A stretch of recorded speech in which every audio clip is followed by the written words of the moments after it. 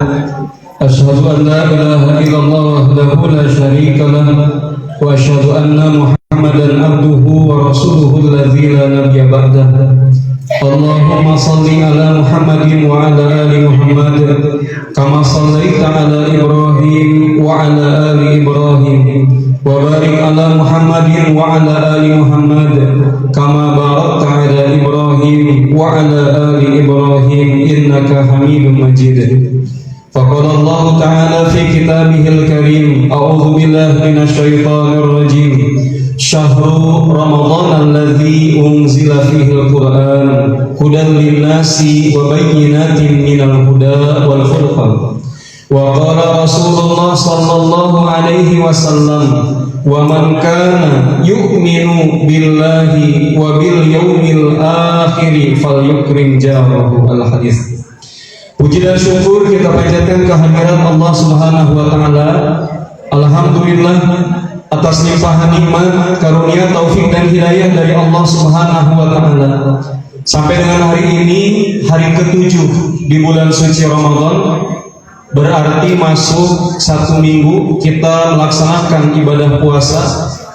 Mudah-mudahan Allah Azza wa Jalla memudahkan segala urusan kita, mengampuni dosa dan kesalahan kita, dan kita semuanya diterima ibadah seluruh amal soleh kita, sehingga kita menjadi lulusan santri-santri Ramadan yang diridhoi dan diampuni Allah Subhanahu wa taala. Amin ya Allah ya rabbal alamin. Tema kita pada kesempatan pagi ini adalah adab bertetangga.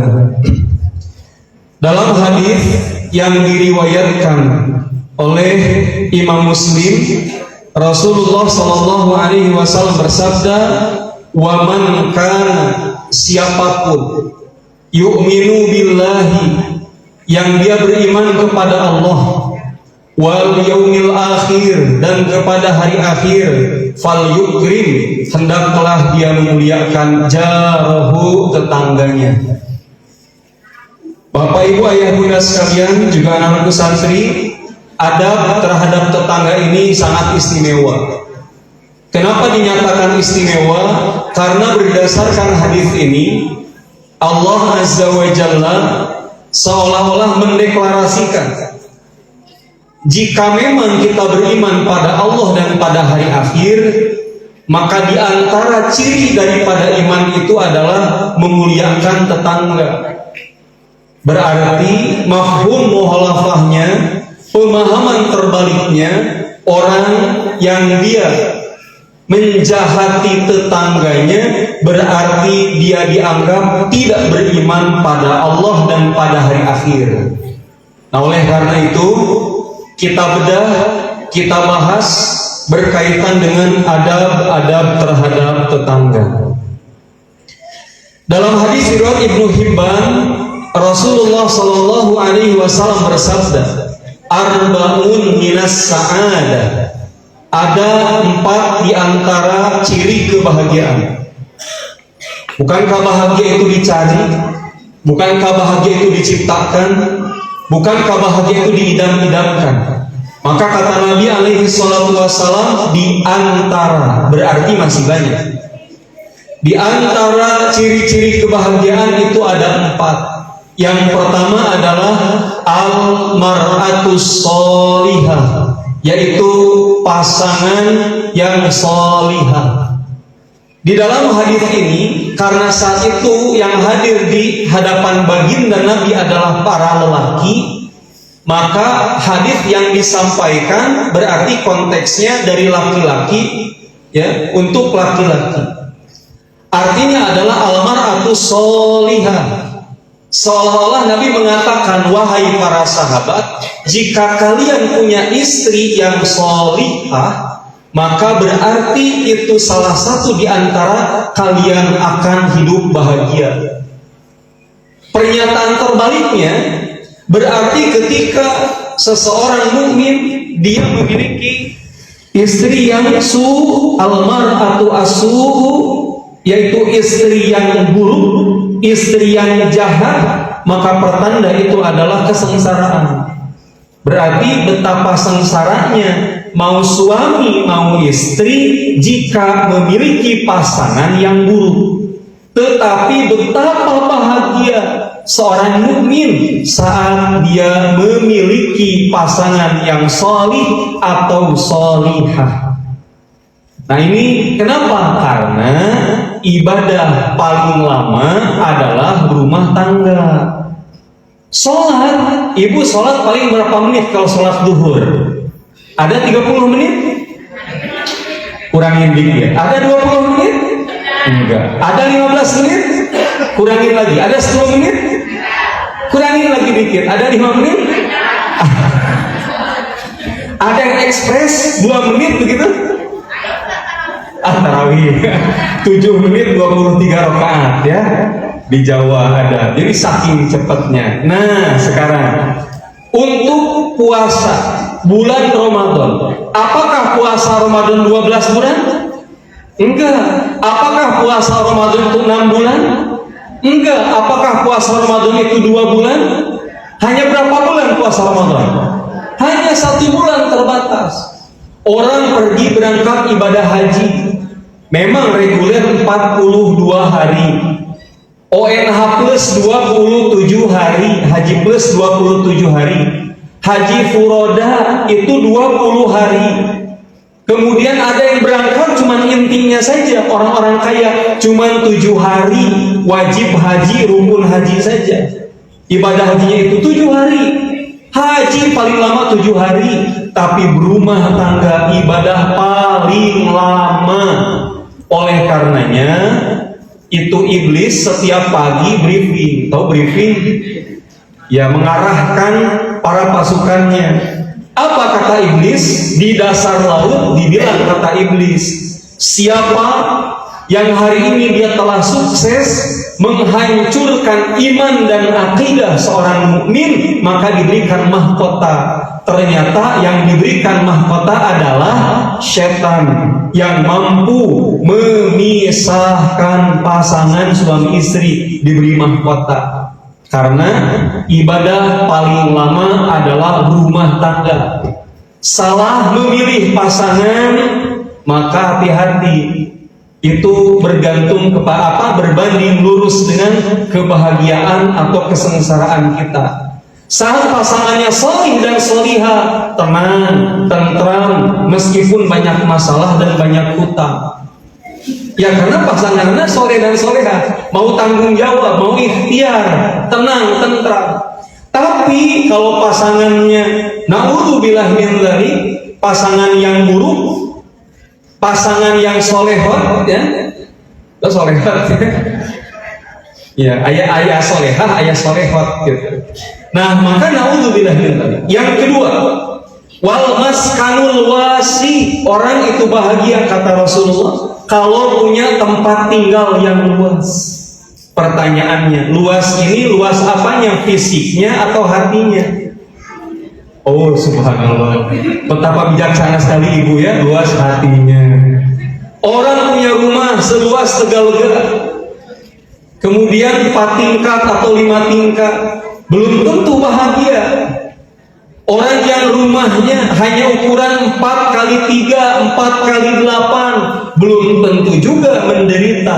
Berapa banyak orang yang rumahnya hanya sekitar 1000 meter persegi, hidupnya bahagia. Jangan tuh cina 1000 meter persegi. Ya 1000 meter persegi berapa tumbak? Bagi 14 aja gitu. Yang ketiga adalah wal jaru as-solihu, tetangga yang soleh. Dan yang keempat wal markabu al-hani'u, yaitu kendaraan yang nyaman. Nah, dari hadis ini 4 tanda kebahagiaan, maka satu yang akan kita bedah, adab-adab terhadap tetangga. Pertama, Nabi SAW bersabda, la tahqiranna minal ma'rufi syai'an. Jangan kalian meremehkan, memandang rendah sesuatu. Walau antalqa akhaka biwajhin talqin, meskipun berjumpa dengan saudaramu dengan wajah berseri-seri. Jadi berjumpa dengan saudara, berjumpa dengan tetangga, adab pertama adalah tersenyum. Kan senyum itu tidak berat. Yang berat itu adalah hati saat berjumpa dengan orang yang bermasalah. Dan senyum nama teu berat, ngan hati nu berat, akhirnya seri koneng. Seri koneng adalah gigi yang ketika makan sawo tidak sikat gigi. Jadi pada saat berjumpa dengan keluarga, dengan tetangga, senyumnya dipaksakan, mesem. Artinya adalah terpaksa tersenyum. Sementara tabiat manusia tahu persis. Karena hati hanya bisa disentuh oleh hati. Kita tengah langsung senyum nami tertulus gitu. Senyumnya terlihat sangat terpaksa. Senyumnya begitu mesem-mesem aja. Berarti sejatinya kita tahu persis mana orang yang senyumnya tulus dan mana yang senyumnya karena pulus. Mana orang senyum yang tulus dan mana orang senyumnya karena pulus. Kalau orang senyumnya karena pulus berarti dia penjilat. Kata Allah Azza wa Jalla di dalam Al-Quran, ada orang yang tabiatnya seperti anjing. In tatrukhu yalhaf. Ketika engkau tinggalkan dia dapati menjulurkan lidahnya. Dan saat diberikan sesuatu diambil, dia minta lagi, dia julurkan lagi lidahnya.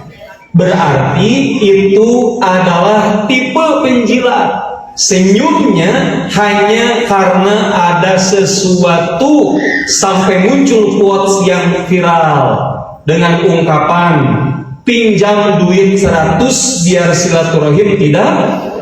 Nah, dikasih senyumnya senyum pulus.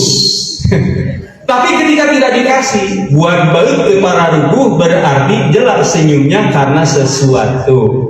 Ulangi, senyum adalah ibadah ringan, ibadah mudah, tetapi pahalanya besar, berdampak besar gitu. Orang-orang yang dikasih senyum yang tulus itu seperti mendapatkan cahaya dalam kegelapan. Orang yang diberikan senyum ketika hati gundah gelana, ibaratnya seperti orang yang tengah jatuh cinta, berdebar-debar hatinya saat dikasih senyum oleh orang yang dia cintai, rasanya jantungnya mau subhanallah. Pada apal ibu tehnya. Itu yang pertama, jangan lupa senyum. 2, saling berbagi makanan dengan tetangga. Kan sering disunah alhamdulillah bagi sayur asem teh geuningan. Rasulullah bersabda, "Idza apabila tobahta kamu masak marobatan sayuran, fa'akfir maha, perbanyak airnya, tebira bukur namangan hiji bonteng, ditambah paha ayam, terus nganggo ieu tanya nganggo naon teh bumbu-bumbuna." Nah, sabab tetangga teh pengen kata Rasul, fa'akfir maha, perbanyak airnya, meureunnan sajolang saemeh. Wa ta'ahad jiranaka, nah kasih tetangga airnya saja. Astagfirullah. Wa ta'ahad jiranaka, maka berikan sebagian pada tetanggamu. Ini dianjurkan jika di rumah masak lebih, ada berlebih, hati-hati memasak satu masakan dengan wangi yang menzalimi tetangga, tapi berniat bagi-bagi. Ketika makanan tersebut tercium oleh tetangga yang terdekat, sementara mereka belum makan, lalu menginginkan makanan tersebut datang ke rumah, lalu mengatakan, wangi apa ini? Kan gitunya basa-basi busuk pertama kan? Wangi apa? Meni-wangi pisan? Masak sayur apa? Masak sayur ini. Sayur apa bu? Biasa masak lodeh. Nah ini sengit naon eta, abi mah di kaduan lah. Hah, kejadian. Karena dia nggak suka wangi durian. Gitu. Jika tidak niat memberi tetangga dengan wanginya makanan kita, maka dianjurkan untuk menutup diri sebisa mungkin agar makanan tersebut tidak tercium tetangga. Orang tua kita sering ngajarin kalau makan tong diumang-ameng gitu ya. Apa tong diumang-ameng? Duduk di depan di buruan, nyengaja orang lewat, taruang mangga, kan tawar gatra eta teh. Tahu tawar gatra? Menawarkan tetapi maksudnya tidak bermaksud agar dia datang ikut bareng. Tuang heula atuh mangga, kumaha mun orang lain mengatakan hayu atuh. Tah cilaka 12. Jadi sekiranya tidak akan betul-betul mengajak orang lain makan, ulah nepikeun orang lain kecewa, di PHP ku kita. Pemberi harapan palsu. Maka yang pertama diberikan makanan kita siapa? Kata Rasulullah, yang diberikan makanan itu adalah orang yang pintunya paling dekat. Jadi pintunya paling dekat dengan pintu rumah. Itu paling utama. Jika dilewat orang lain dikasih yang jauh, yang dekat dilewat, maka nanti jadi seperti ini. Loh, ini masuk belum? Apa nih? Soundnya masuk? Udah on betul saja. Udah. Kita coba.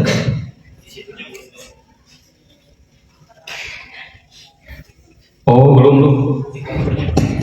Bentar ya.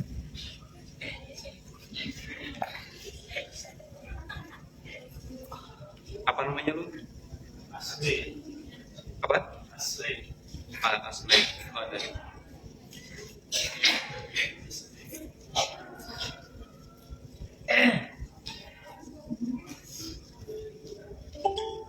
Udah masuk ke ya?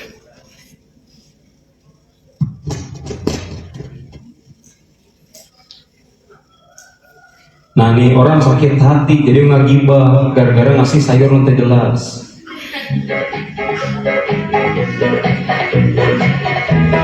Tunggu sampai senang lihat bu, bibirnya lihat.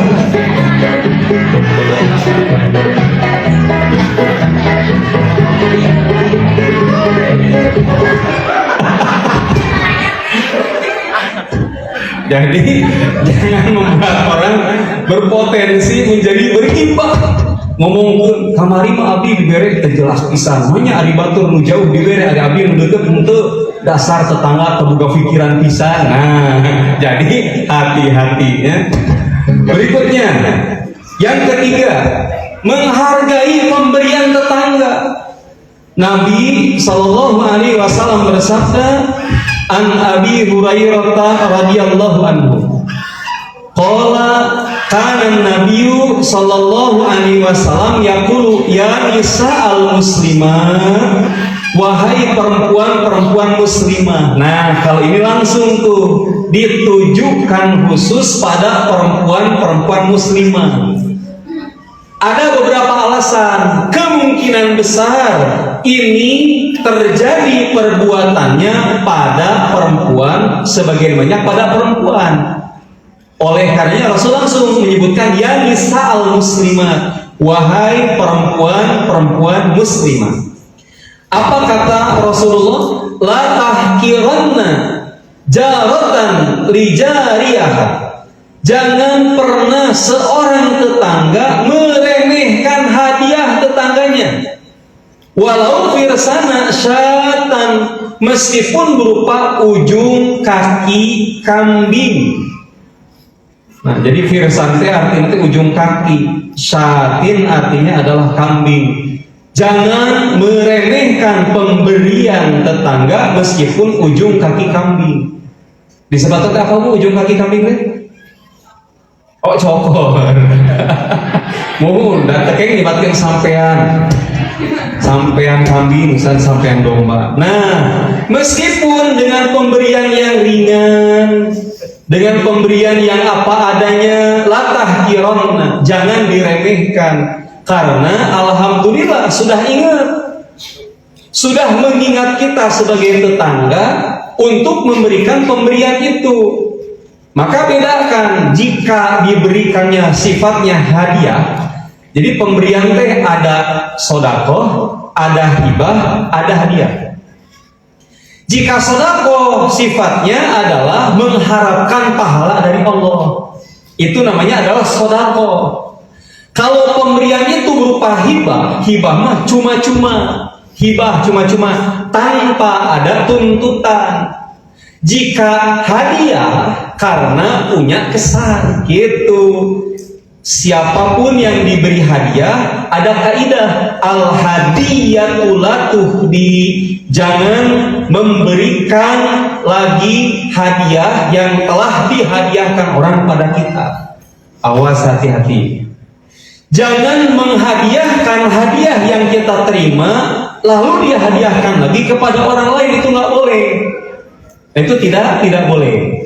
Kenapa? Karena orang memberi hadiah pakai kesan, ada perasaan.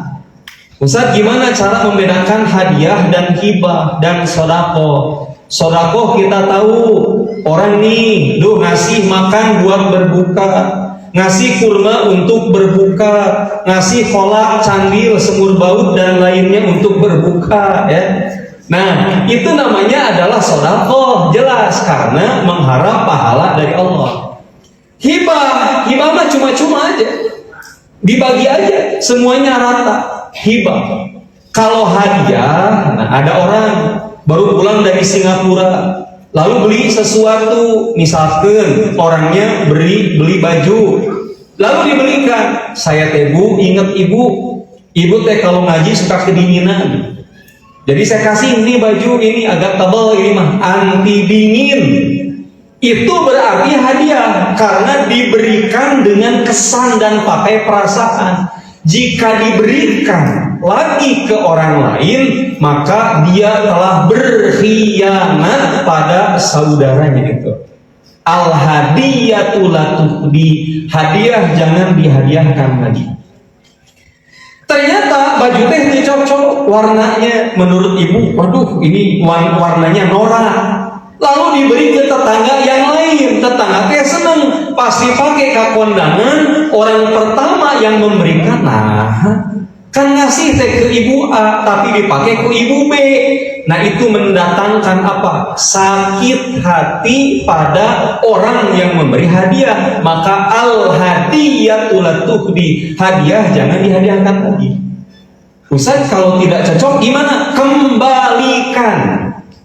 Nabi pernah pakai gamis, pakai jubah. Itu asli Yaman. Pas sholat, garis-garis dari jubah itu membuat Nabi nggak fokus.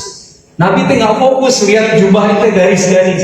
Akhirnya apa kata baginda Nabi? Aisyah, itu baju yang diberikan oleh sahabat, balikin lagi.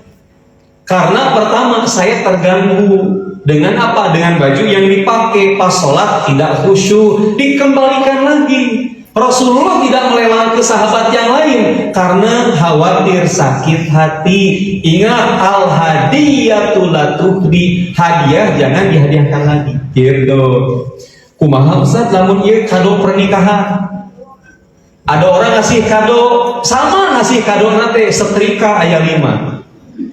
Terus bed cover ya ada 4. Pas orang lain nikahan, jadi orang hadiahkan daripada nggak kepake, misalnya ternyata dia hadiahkan ke nikahan tetangga, aripet tetangga ngasih, nggak balik dekat gitu. Hati-hati. Tapi jika sifatnya hibah, kita bilang, ya mun ku abdi dikasih ke orang boleh nggak? Nggak boleh, nggak jadi masalah, sah. Difahaminya? Minta izin dari orang yang memberi atas apa yang diberikannya, karena menurut kita ya mun ku abdi moal ka Allah, kalau saya pakai tidak akan kepakai, izinnya dihadiahkan di boleh tuh, boleh mangga gitu. Jika dia bilang jangan atuh, kan saya teh beli teh pakai usaha dan upaya sengaja buat kamu, ya habis saya nggak suka, terus gimana? Nah gitu. Ini kisah nyata. Aipan Kampung Batu, Putra Mangdan. Nah, ini kisah nyata. Suatu akik gitu. Entah tahu dari mana, tiba-tiba Aipan datang ke rumah. Pas datang ke rumah, Ustaz, saya teh dengar cenah Ustaz teh suka dengan batu akik. Terus man, abdi nabung cenah 3 bulan. nyisihkeun uang untuk beli batu akik buat ustaz. Duh, ya sobat luar biasa ya, menyisihkan uang. Berarti hadiah. Pas keluar batu akik teh ageung teuing. Ustaz ieu cenah silahkan. Aduh, nah teh ya resep batu akik tapi gede teuing ya teh ya. Akhirnya nuhun atupannya karena nggak enakan teh. Nuhun atupannya, insyaallah dianggo ya Ustaz, abi ngarah seneng. Nuhun insyaallah. Ari pas dipakai istri komen, abah gede-gede banget tuh akik. Jika tesi kira gitu. Gak apa-apa pun hadiah dari Aipan. Tapi kurang pantas kalau dipakai pas pengajian gede banget gitu. Kumaha tuh? Nanti Aipan kan itu udah hasil usaha 3 bulan nabung. Ya tapi kumaha kalau tidak bermanfaat mah?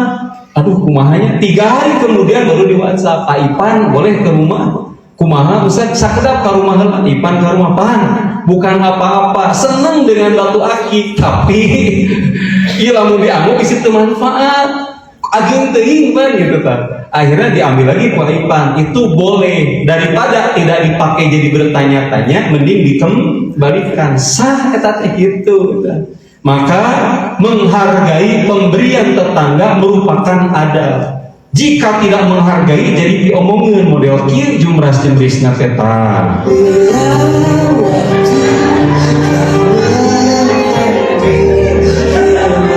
Oh gayana. Aduh. Ya Allah.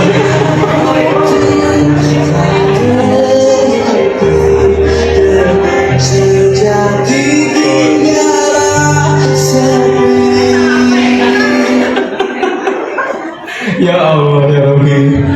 Itu teh Bu gibah saat meremehkan pemberian tetangga. Nu kitu patut we dirikeun naudzubillahi min dzalik ya. Nah, baik berikut. Yang keempat, tidak mengganggu tetangga.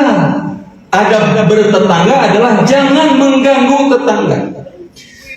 Abu Hurairah yaqul Kilalin Nabi sallallahu alaihi wasallam, ya Rasulullah, inna fulana, sesungguhnya si fulan itu taqumul lail wa tasumun nahar.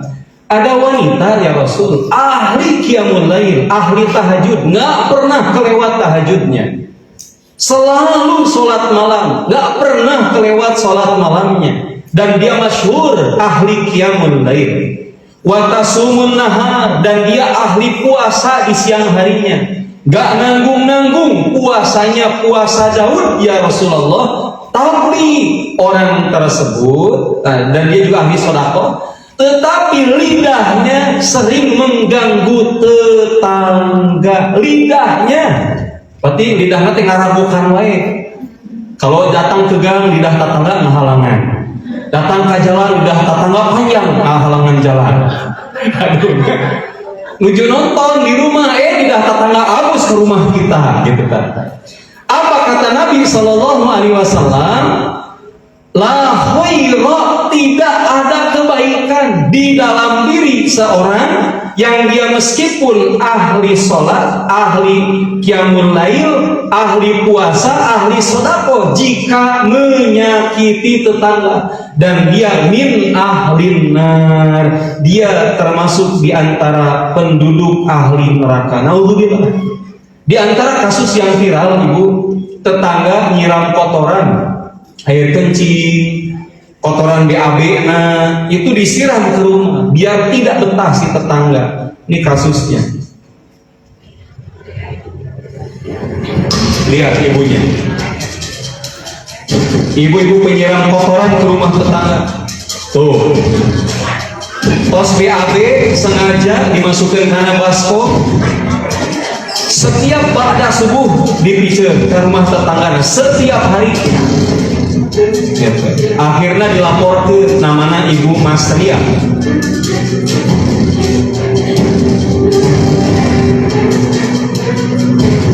Tuh di bengker udah bau badannya.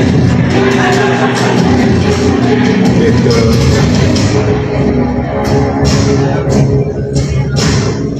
Nah, maka kata Nabi Shallallahu Alaihi Wasallam, mereka sesoleh apapun, seahli ibadah apapun, ngaganggu tetangga min ahlina, dan disebut tidak ada kebaikan padanya. Naudzubillah min dzalik. Ini poin yang keempat. Berikut yang kelima, mudahkan urusan tetangga. Nabi SAW bersabda, la yamna, jangan kalian larang, ahadukum, salah satu di antara kalian, jarohu, tetangganya, jika apa, ayat riza khashbata fi jidarihi, menancapkan kayu dinding di temboknya. Misalkan mau pasang antena, tetangga nggak punya tempat tinggi, rumah bersebelahan dengan kita, izin dulu, izin.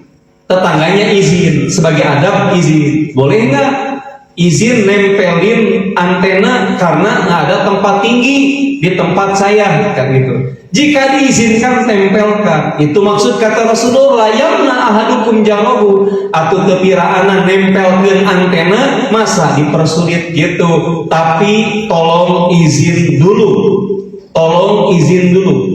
Nempelin kayu jemuran, izin dulu. Nempelin lagi kayu apa, silakan izin terlebih dahulu. Mau membangun terlalu tinggi daripada tetangga, dan tetangga terhalang oleh terhalang cahaya matahari masuk oleh dinding tetangga, izin terlebih dahulu dan mudahkan urusan mereka. Tapi tetap yang minta izin harus punya adab.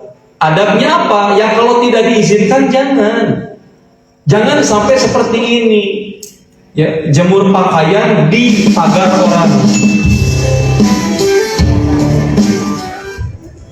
Tuh, tinggal ibu makanya gedong sigrong terkagok eta tetangga adanya, masya Allah.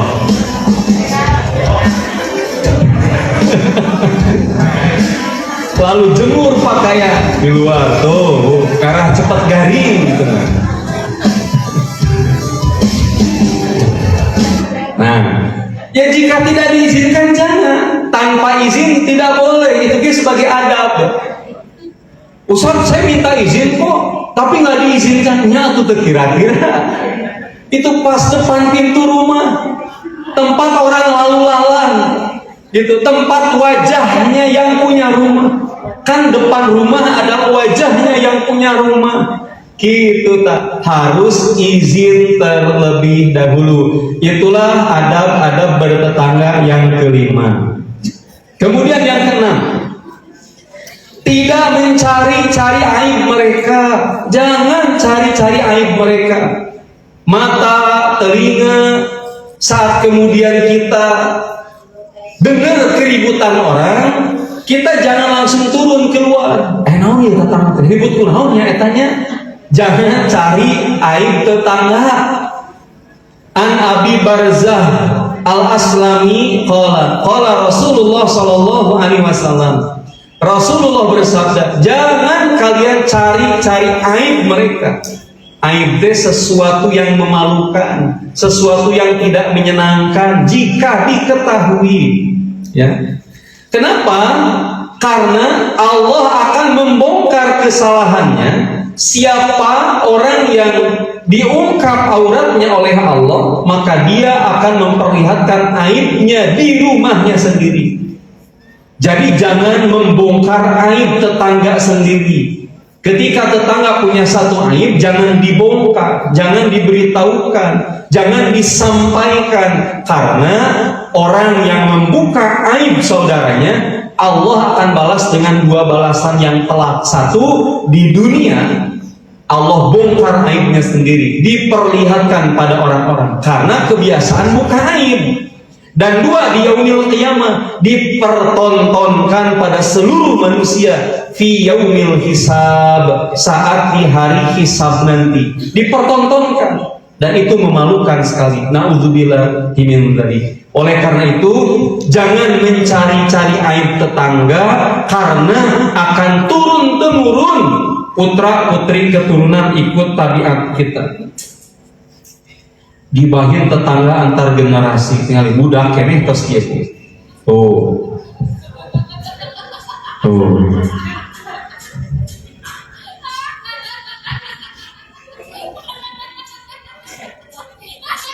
Gede mah.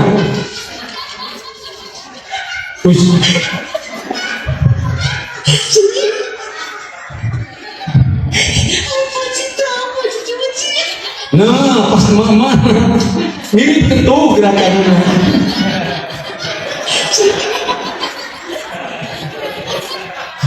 Kita mah antar generasi itu jelas ya.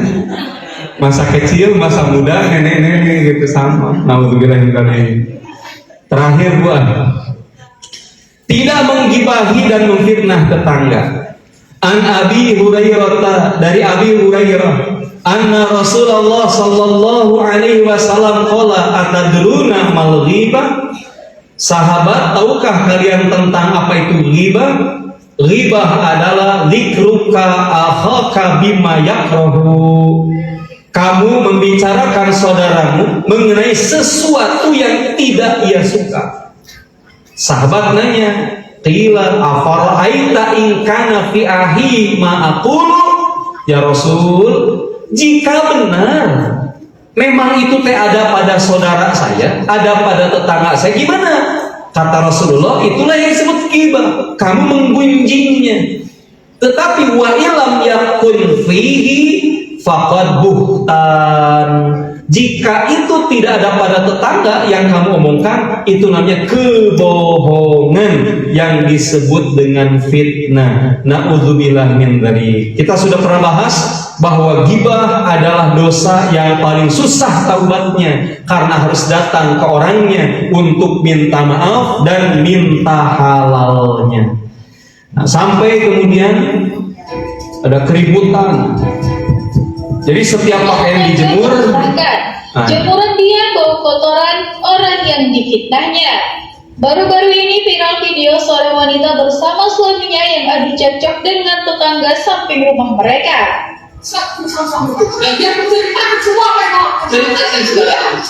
Yang dimana tetangga itu kerap sekali memfitnah wanita ini dan suaminya telah membuat jemuran tetangganya itu bau kotoran.